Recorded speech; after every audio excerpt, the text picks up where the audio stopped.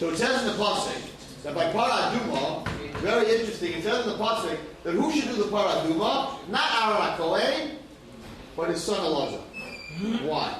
So we say because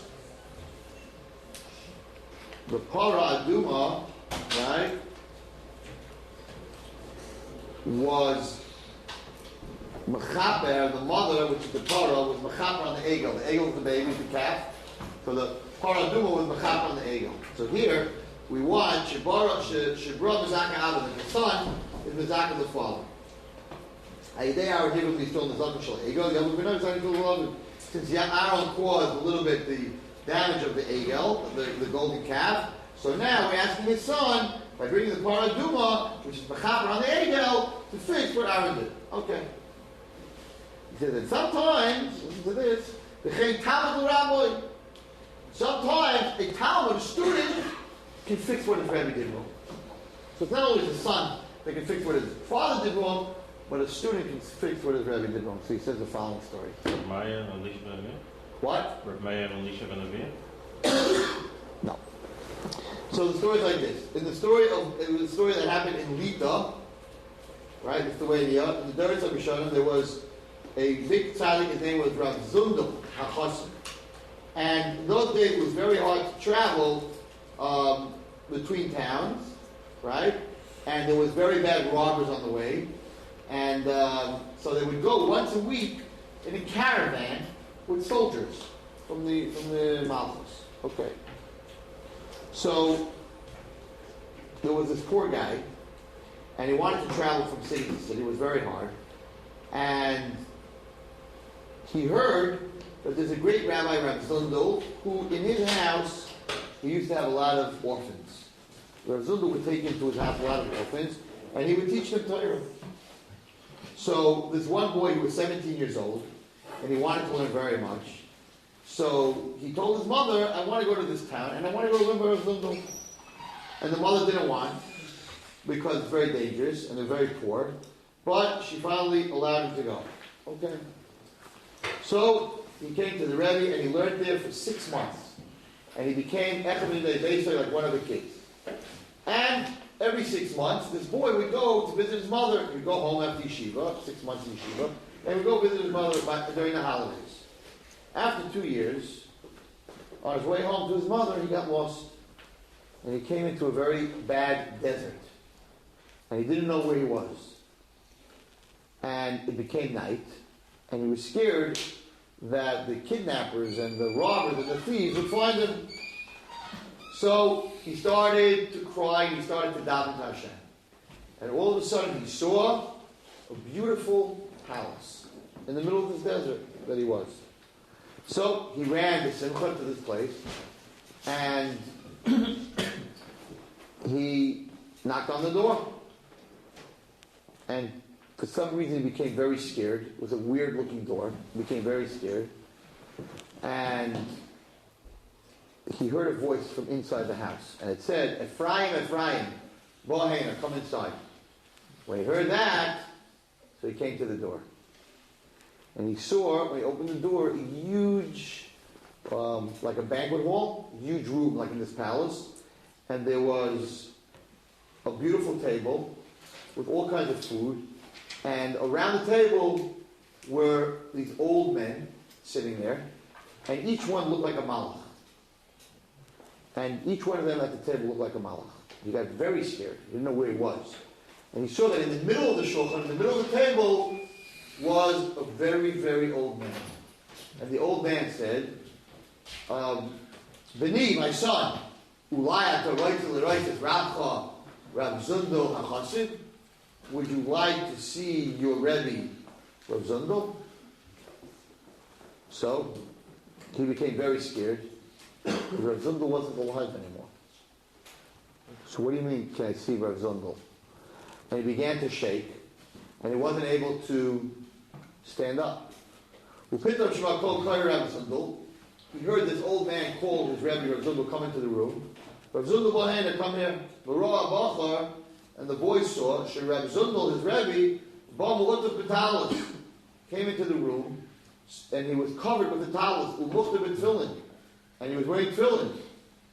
K'moshu Makiru. And like he recognized him, but he was dead. His Rebbe was dead. But he looked exactly like his Rebbe when he was alive. So V'haitzi Hazakin his Rebbe Zadal Chutza. And they took his Rebbe outside of the palace into the yard. Standing by the door with two huge black dogs. And the old man gave a signal to the dogs. And immediately the two dogs jumped on his Rebbe Rav Zundel HaChassid, and ripped him to shreds. When the student saw this, he fainted. He just watched his Rebbe get ripped to pieces by two dogs. He fainted. One of the old people came and gave him back his soul. Amalo, Beni, my son, maybe you didn't see this clearly. Would you like to see your Rebbe again? So they called Rav Zundel again. Rav Zundel, his Rebbe came back again, and again he was wrapped in a talus and wearing tefillin. Again they called the dogs. It's not like Rav Zundel, and they jumped on Rav Zundel, the hard boys, and they killed him to Rishona, like they did the first time, the Misa Mishuna with a Misa Mishuna. A weird death. They ripped it to pieces. They ripped his whole body to shreds. Again, the student fainted and died on the spot. So they put back his soul. And they brought him back into the main room of the banquet hall. So what did you learn from everything you just saw? And what's your special mitzvah? In the next world they ask you, what's your special mitzvah? What's the one mitzvah that you were very strict about? Because he was so scared he couldn't answer. They opened up his book in the next world to see what's his special mitzvah. And they saw Shabbat Ephraim, but this boy, Talmid Yisrael Zundel, the doctor mitzvah tzitzis. His mitzvah was, he always wore tzitzis. Yoyzi, very carefully. Okay, let's see the tzitzis you're wearing right now. Let's see if they're kosher. He stood up like a dead man. They took the tzitzis off his body, and they saw that it was possible. This is the mitzvah that you keep. The one mitzvah that you keep. Your tzitzis are not even kosher. They took the boy outside, Ephraim. Ramzul Kalavin, they gave the sign to the dogs, they snapped along. And they jumped on him. And what did they do to him, boys? They ripped out his two eyes. And they ripped off his 2 feet. And he fell to the ground like a dead man. Crying with tzayek, screaming, Ima! Mommy, Abba, Father, Drachmu'alai, have pity on me. He had all kinds of cries. He screamed all kinds of cries. One of the old men came, the sefer biyadai, and he had a sefer in his hand. For Amalai, and he said to him, this is the point of the story that's for you guys. If you don't keep if you don't keep the mitzvah, what do you need eyes for? The mitzvah of tzitzis, is to see your tzitzis. They say, what do you need eyes for? In the next world, you don't need eyes. If you don't keep the mitzvah, you don't keep eyes. A few minutes later, his eyes are out. He took his eyes out, and he took his legs off. So then Rav Zundel showed up. And he said, my son, stop crying. Today you should know, you should know that we still really happened. It would have been easy on us, it would have been a dream. It wasn't a dream. Take it, his Rebbe healed his eyes. His Rebbe healed his feet. And he said, my son, after you go home, you should know that when you went home to your mother, right, you left, I died. The minute you left the house, I died. I'm not alive anymore. And they judge me the way you see me. They put me in tefillin and sit and then take me outside and they rip me to pieces. But don't think that I did something, they found in me something really terrible, that's why they're doing it to me. This is all because of one orphan girl. The reason they do this to me over and over and over. They dress me up and then they rip me to pieces. And they dress me up and they rip me to pieces. It's a lot of pain to go through the next world. He says it's all about one orphan girl. She once gave me money to watch. And now she wants to get married. She came to my wife with the Reshes Kesef. And she asked my wife for the money. And my wife, I never told her about this money, so she doesn't know where the money of the orphan girl is. But I'll call Dimashal, every time there's a tear that goes down this orphan's cheek, every single time there's a tear, they take me, and what do they do to me? They tear me apart. For every tear, they tear me apart. Therefore,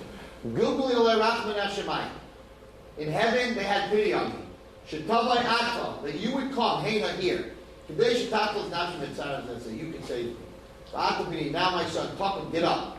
Go to my house, and dig under my bed, by the pillow of my bed. Dig underneath. But you'll find in a vessel, the money of this orphan, and give it to her. Where am I? How am I going to get to your house? I don't even know where I am. When you walk out of this house, you'll be very close to the city. He opened up his eyes when he got his eyes back. So he opened up his eyes, and raw, claimed the ear, and he saw the wall of his city. Take it, Rabbi. He ran to the house of his Rebbe. He saw the girl standing there crying. The Resh's Kaspa asking for her money. Take it right away. Nicholas Rebbe. He went to his Rebbe's house. He put it in his hands. He gave it to her. He put it in her hands. That night, Reb Zundel, his Rebbe, came to him in a dream. The girl had he said to his student, your soul will rest amongst all the great tzaddikim after your long life. This is the story. Says there's two very important things that we learn from this story. One, that you're judged for every tear you cause somebody to cry. Also, that a student can help a Rebbe and a child can help a father. But also, to use your eyes in this world for the right things. Or else in the next world, you ain't going to have any. It's a very, very big Musar hospital. And to make sure that the one mitzvah you do, whatever it is, you make sure that you're doing it correct.